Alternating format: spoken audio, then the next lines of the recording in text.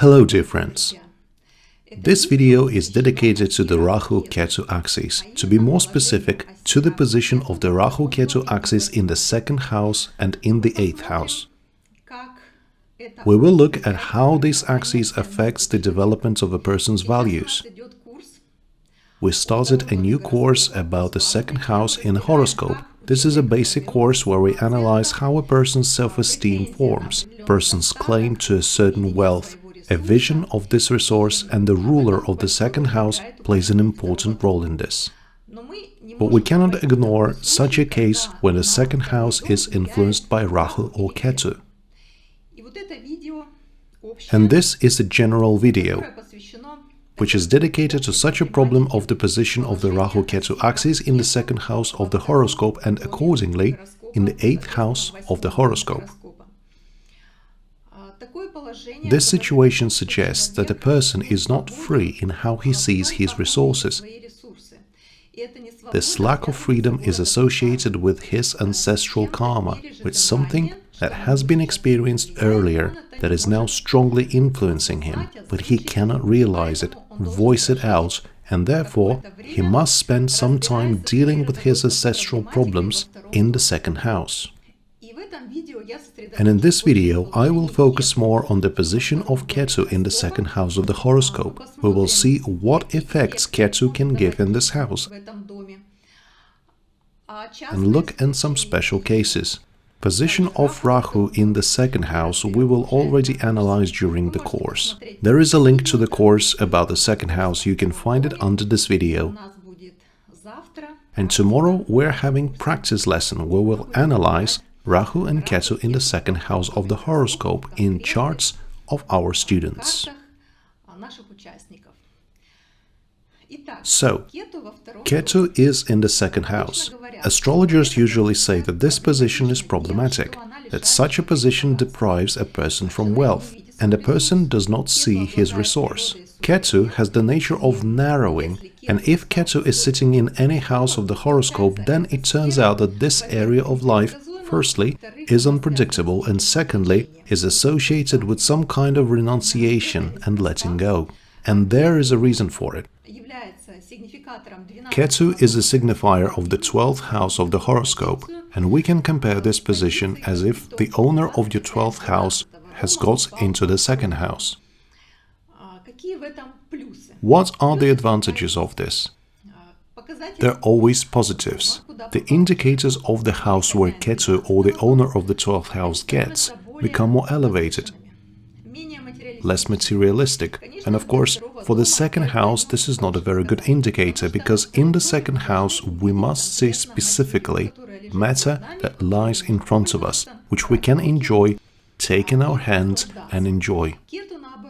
Ketu, on the other hand, calls for some form of renunciation in this house, and this form is depending on what has been experienced outside the system.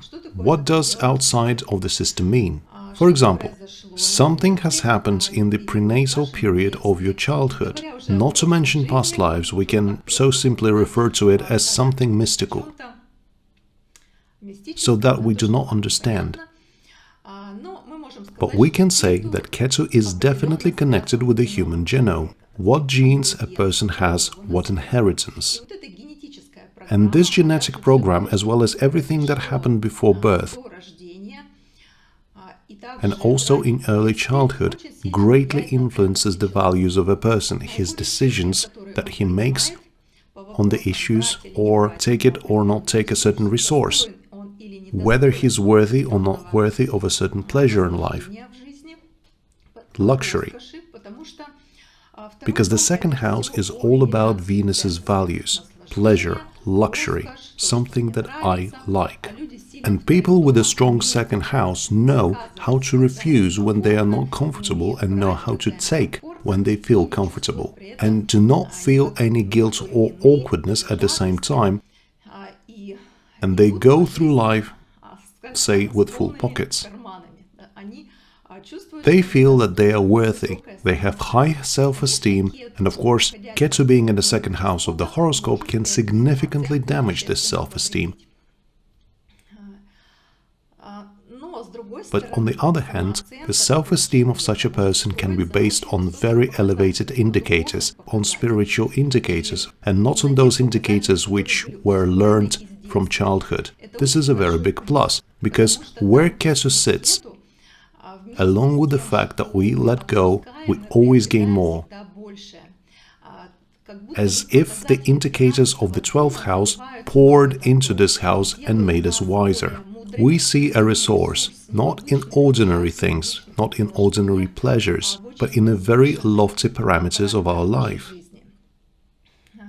And this, of course, should be considered.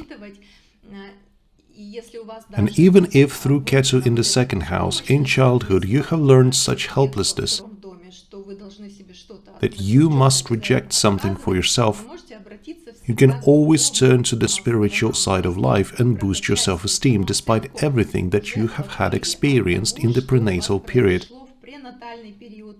when you were very young and learned, say, some destructive ideas. You can build your self-esteem yourself on spiritual indicators. For this, of course, you need to have a strong Jupiter in your chart.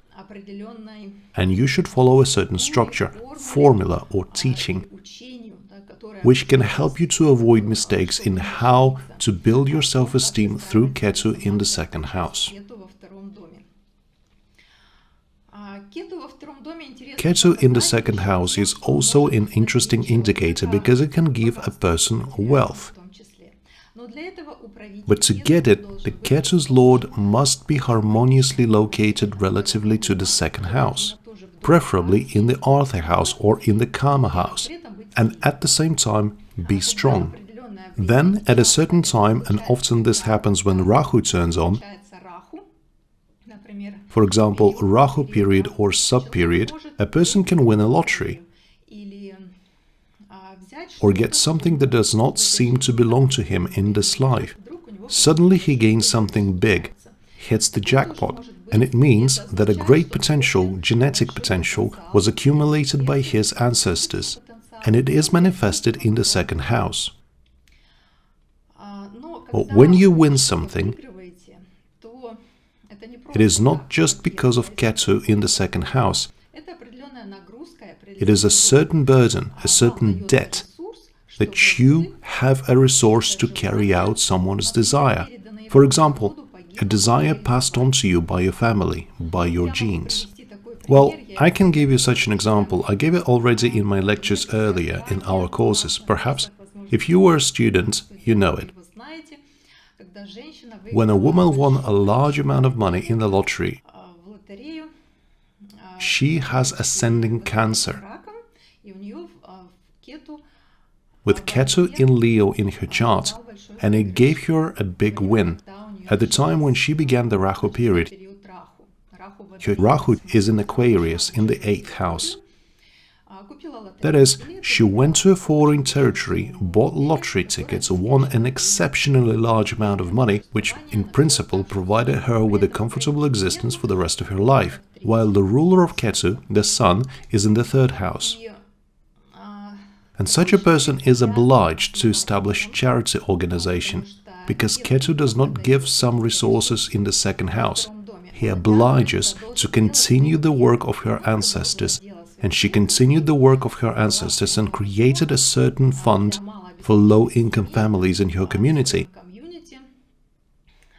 so that children received education, because her ancestor was once a mayor of the city and was also involved in educational programs there. This is a logical situation. Money connected to Ketu never comes just because. It comes as a need to continue what your ancestors did. And then you will really be given the amount of money in your hands, if it is written in a horoscope. And it can actually be seen in a horoscope, will it come or will it not? It might come in a variety of ways, but most importantly, you must move towards Rahu. Because when we move towards Rahu, we recognize our debts and our talents in Ketu's side. And when Ketu is in the second house, Rahu is in the 8th. People with such affection of these houses develop very inconsistently in terms of their values. The formation of wealth, and they always have a task of purifying the values of their families, or take those accumulated values, if there are any, and continue ancestors' business, or completely reconsider the ancestors' ideas and go into a new territory, into unknown statuses, into unknown ways of forming self-esteem and making money. Such an axis of Rahu Ketu in the 2nd and 8th houses tenses up the relations with people very much, because your values also include your clan karma. And if you had any distortions, deviations from fundamental laws of the clan, then all this will surely lead to some kind of problematic situations on the basis of relationships. Betrayal, disloyalty is closely connected with these axes. And when you see a person with Ketu in the 2nd house, then we can say that he will definitely experience some moments of betrayal in his life. He will cheat, he will be cheated on. And in fact, he needs to understand well what adultery is and what betrayal is. Betrayal by itself does not happen from nothing. Yesterday you were loved, tomorrow you're not loved anymore. Betrayed. The husband went to his mistress. This will not happen in 1 second. It starts as a crisis of values. At first, it's an inability to communicate about one's needs, conceal one's needs, avoiding of clarifying relations when they need to be clarified. That is, a person does not use the power of speech, the power of words on these axes, and entering someone else's territory. For example, through Rahu in the 8th house, he takes something from there and does not voice out to the partner the value of what he took. And someday it gives a breakdown in the relationship. It is impossible to control. It is impossible to predict. A person with such an axis will definitely feel that he was betrayed. And in this case, betrayal means that he was transferred to another level. This situation shows that the person's values have to be transformed, changed, and he has to become a completely different in relationships with other people. And that is why this betrayal happens. Moreover, a person can leave the relationship himself because he already understands that values are so different and it's time to go. And on these axes you need to have the courage to speak about your needs and do it on time. We aren't taught to do so in childhood. When we were kids, especially girls, we've been taught to keep silence about our needs. The most intimate desires of a person are on the axes of the 2nd and the 8th houses. At first, they are associated with food, what a person likes to eat. And this is exactly the topic of stopping eating when you do not want to. In childhood, we often fail this lesson. Many children have been forced to eat up everything that is on the plate, even if they didn't even want it anymore. This leads us to a rule that we need to somehow restrain our desires, and we cannot follow our desires all the time. These natural, basic desires, such an assault on our basic desires.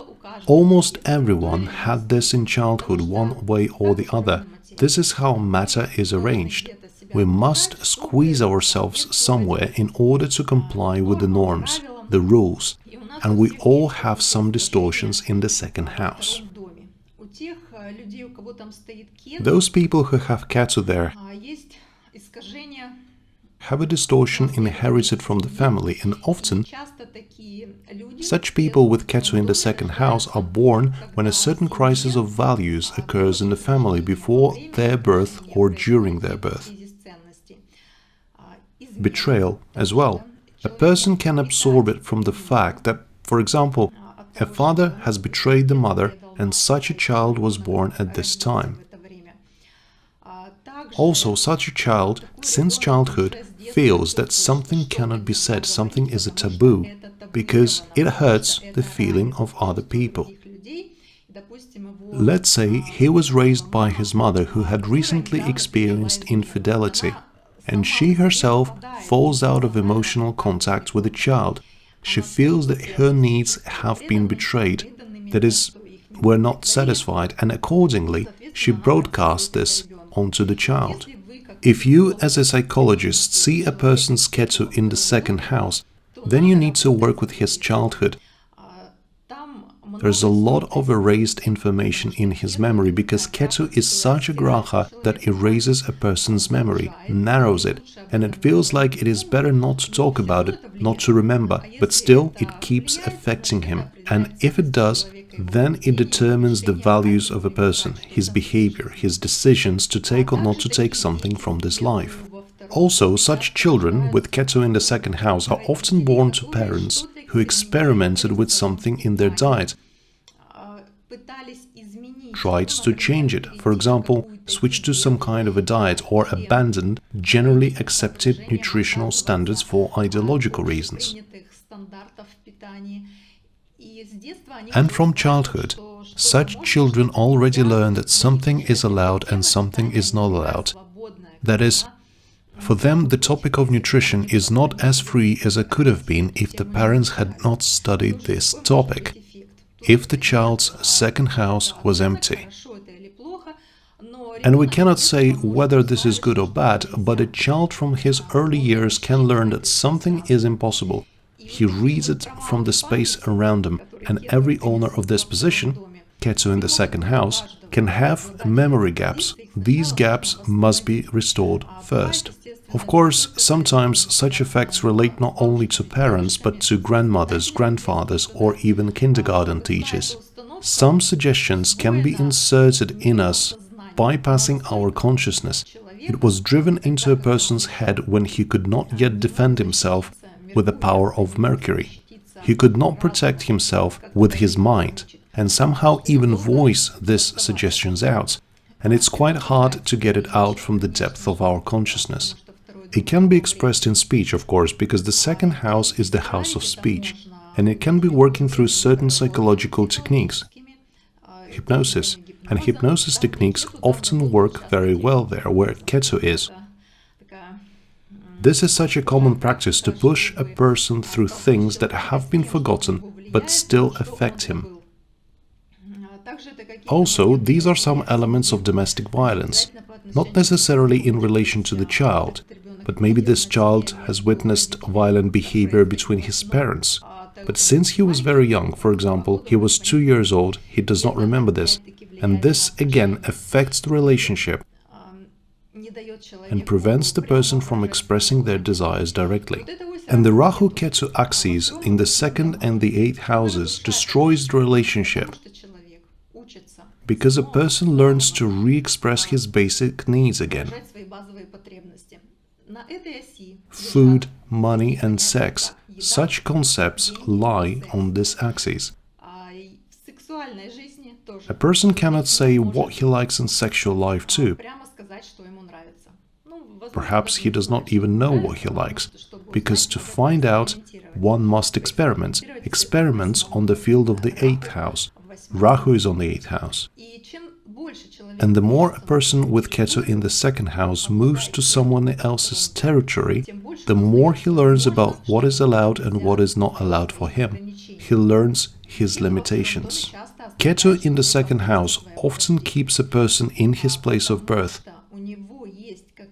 because he has a certain karma, an unfulfilled debt in relation to his parents, or in relation to the desires of his parents. A parent can take over a life of such a child and attract the child into his own desires. Since early years of the child, such parents tries to instill something in him, something that he did not receive himself, and he wants to receive it through the child who has Ketu in his 2nd house. If you manage to move from your place of birth, break away from your family with the Ketu in the 2nd house, this means that this karma has already spent itself, but usually in childhood such people remain in their place of their birth. This is due to both good karma and not so good. Regarding karma, one cannot say whether it is good or bad, but if benefics are involved, then it is pleasant for a person. For example, a person has Jupiter in the first house, Ketu in the second with strong Venus, and the fourth house is strong enough. For example, the moon stands there. Such a person will most likely remain in the place of his birth for a long time and will be able to receive some privileges there, which he is already entitled to by clan karma. If Ketu is with Saturn in the second house, then a person also must remain in the place of his birth and repay certain debts, but he does not like it, he sees it as limitation. Is it possible to somehow harmonize this position? Of course, yes. In the horoscope, everything can be harmonized, everything can be improved.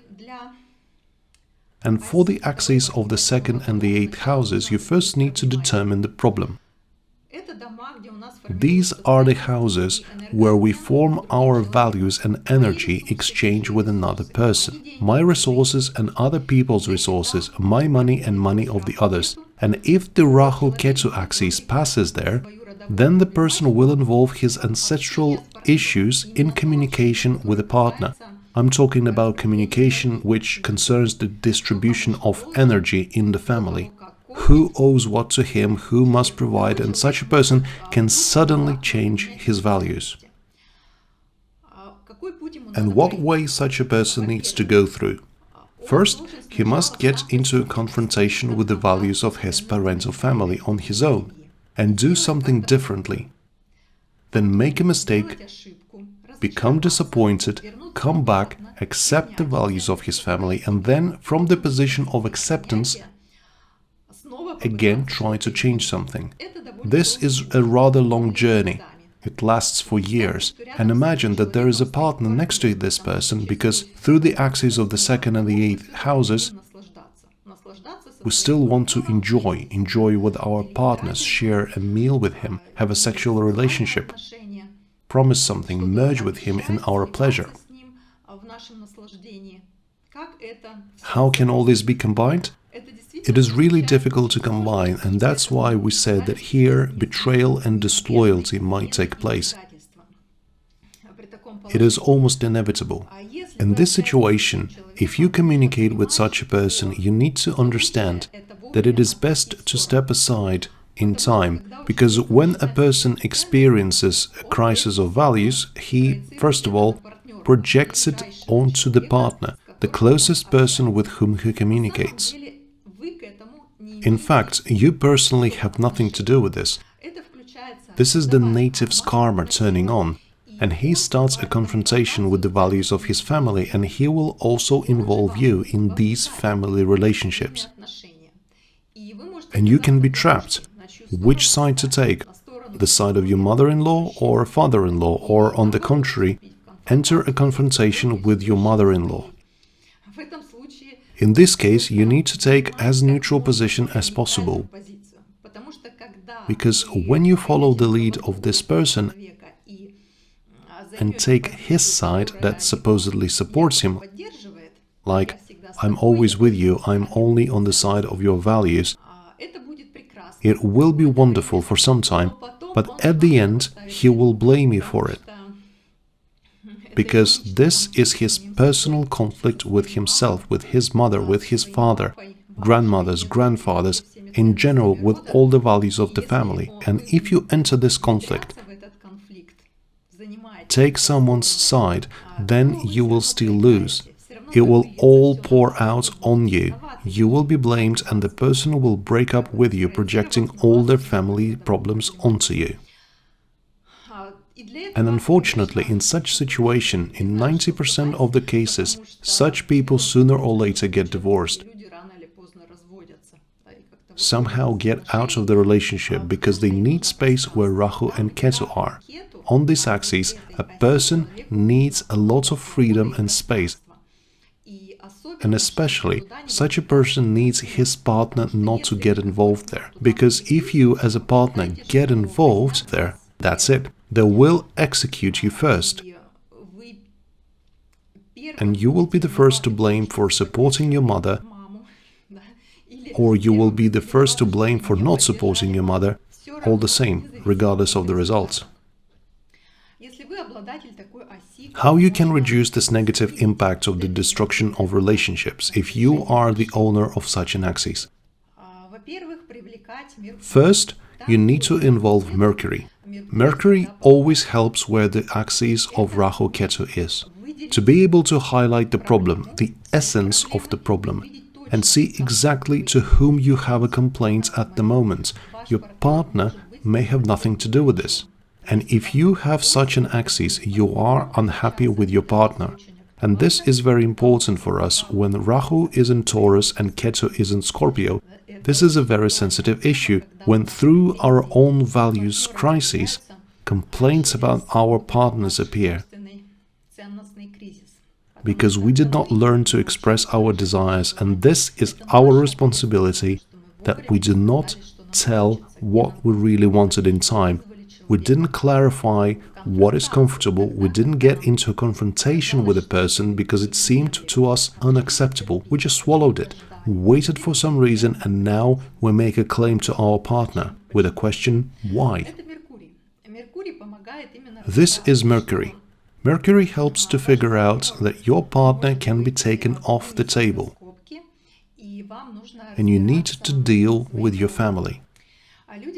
When people fall into a relationship, they usually do not think how their values will change, and they will change rapidly for a person whose Rahu-Ketu axis is in the 2nd and the 8th houses. And talking is very important here. Keep your partner informed if something changes, if you have any new desire, including desires in the 8th house, on someone else's territory, on the territory where we do not see boundaries between ourselves and the partner. The simplest example is sex. We do not see these boundaries there, and if you have some other desire there, a new desire, you must inform about it and do not be afraid, not to be ashamed, and Mercury is given to us for this very purpose. There is a lot of shame on this axis, and this shame was instilled in us from childhood, the shame of talking about the needs of our body. There is another planet that helps. Ketu is narrowing, and from the point of view Ketu deprives of words. Here Mercury comes to the rescue, and Ketu narrows our perception to some kind of anger and resentment, jealousy. For certain situations, it shows us the essence of our problem, which we need to let go. And Jupiter is also very important here. Jupiter is an indicator of the 12th house. It expands our ability to let go. It gives us the ability to see everything through the prism of philosophy and say, yeah, probably a kindergarten teacher said something to me, or my mother said something once.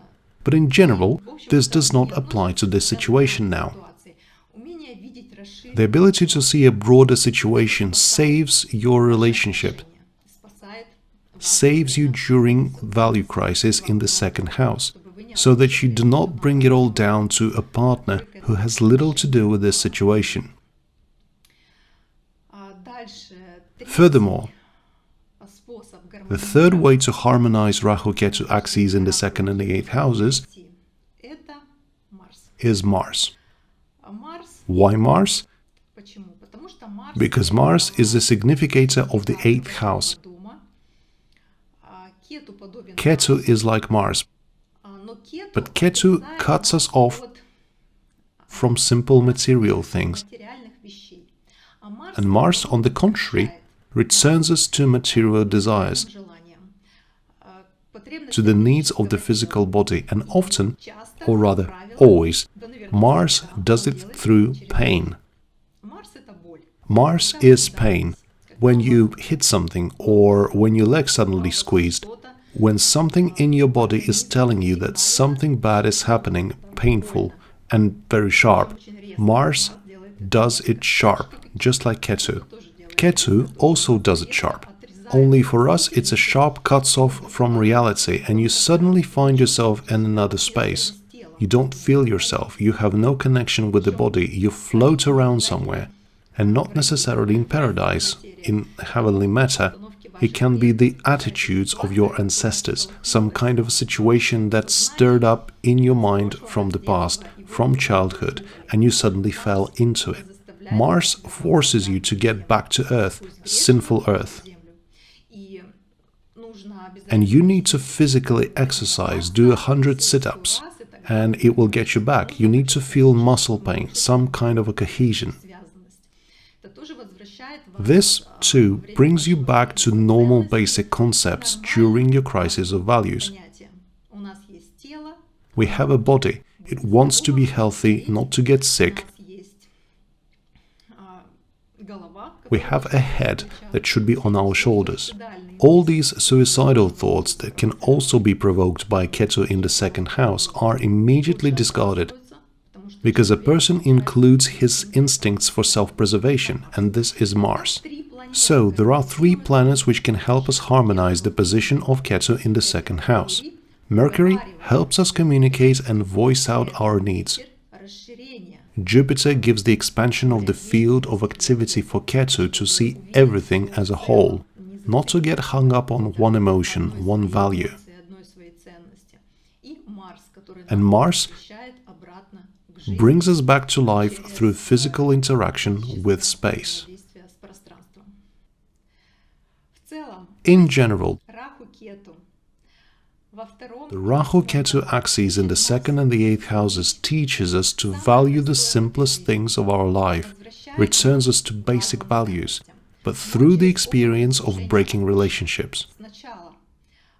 First, we go through this experience, we understand all the bitterness that is associated with the fact that we have a feeling of guilt, that we ourselves have destroyed the relationship with our mistrust, our words in relation to other person. And this mistrust, these words are only the fact that we have low self-esteem, and we ourselves do not feel our boundaries, we do not feel the needs of our body, we do not inform our partners and all the people around us about this in time. And gradually, these axes teaches us to value the air we breathe, the water we drink. Through the crisis of values, a person comes to the most basic concepts and the most basic needs.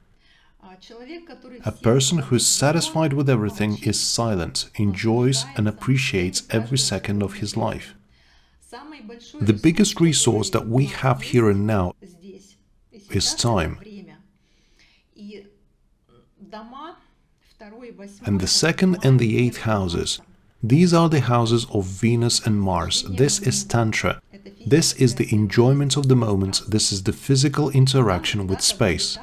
And when we pop out somewhere, to other areas that do not belong to the present moment, here and now, we make a big mistake. We miss the time that is given to us. And the Rahu-Ketu axis, being in these houses, is just doing this. It knocks out this state of presence from a person, state of here and now, in conjunction with his basic needs.